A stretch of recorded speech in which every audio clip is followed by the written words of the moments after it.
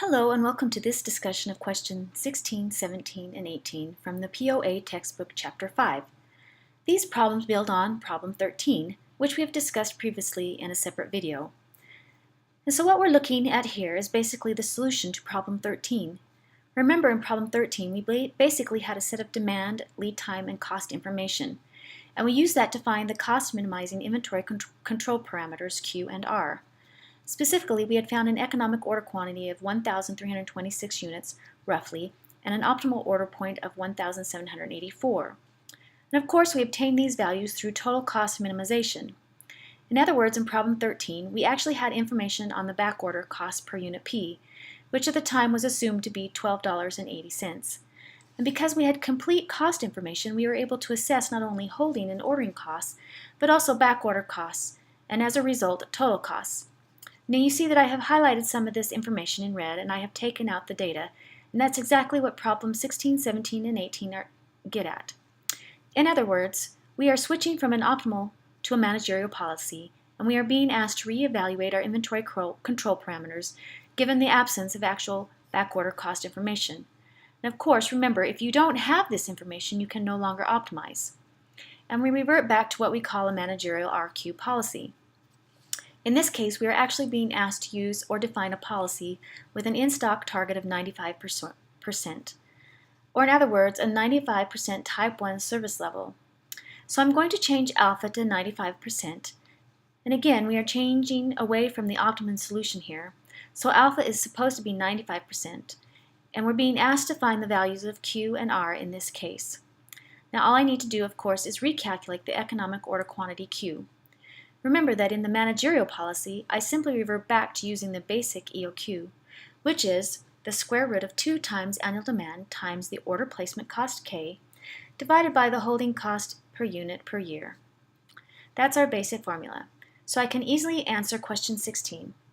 So again, if I have a 95% type 1 service level target, that will result in a reorder point of 1,683 units, and I'll use an order quantity of 1,265. So right here, this is the answer to problem 16. So that was easy.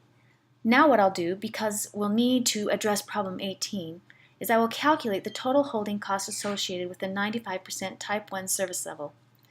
So this is, of course, going to be equal to the safety stock holding costs plus the cycle stock holding costs.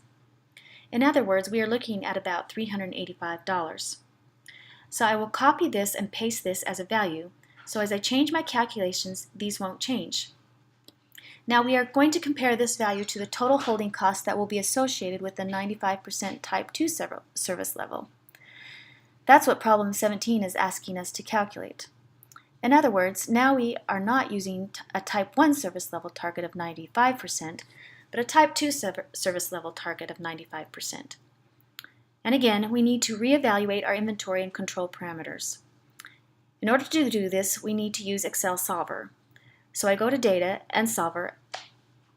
In fact, what I want to do is I want to find the very specific value of alpha that will produce the desired beta value of 95%.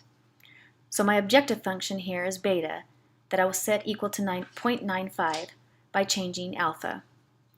Now all I need to do is click on Solve, and you will see here that an alpha value of 52.6% will produce a fill rate of 95%, given that I have a Q of 1,265 that is equal to my basic EOQ. Now let me first calculate again the holding cost that is associated with a type 2 service level of 95%. Again, that is the sum of cycle stock and safety stock holding costs.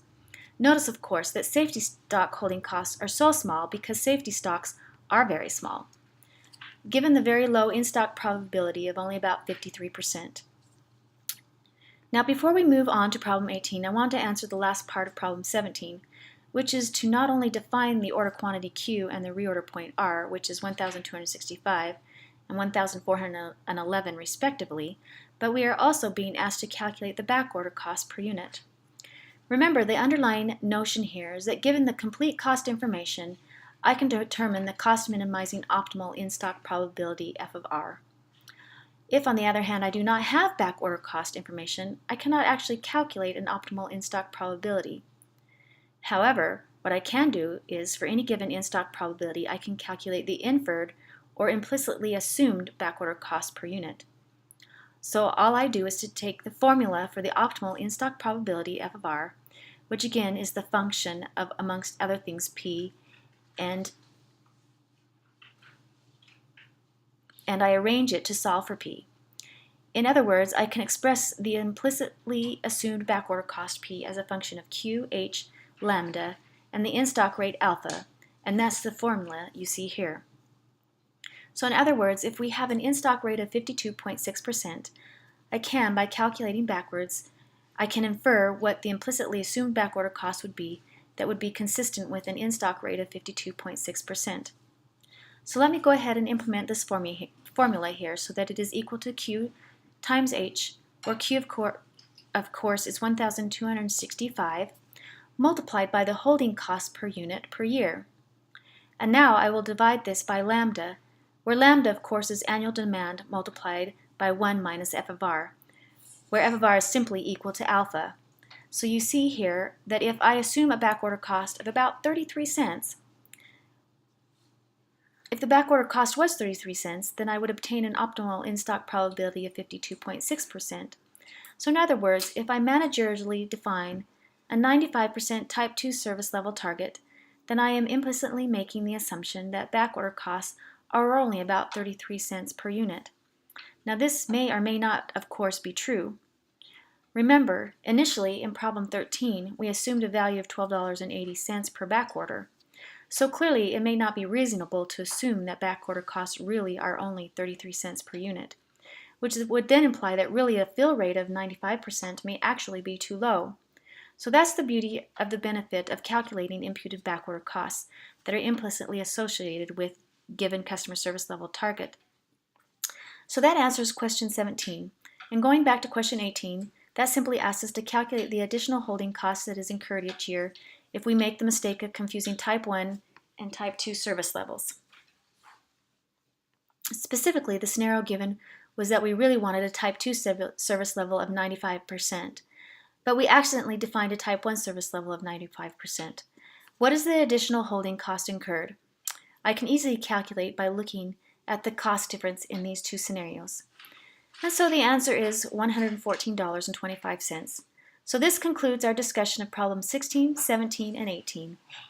Again, this illustrates the implementation of managerial RQ policies for either a given type 1 or type 2 service level target. And we also discussed the calculation of imputed backorder cost. As always, if you have any questions, please don't hesitate to reach out to me. Thank you for watching.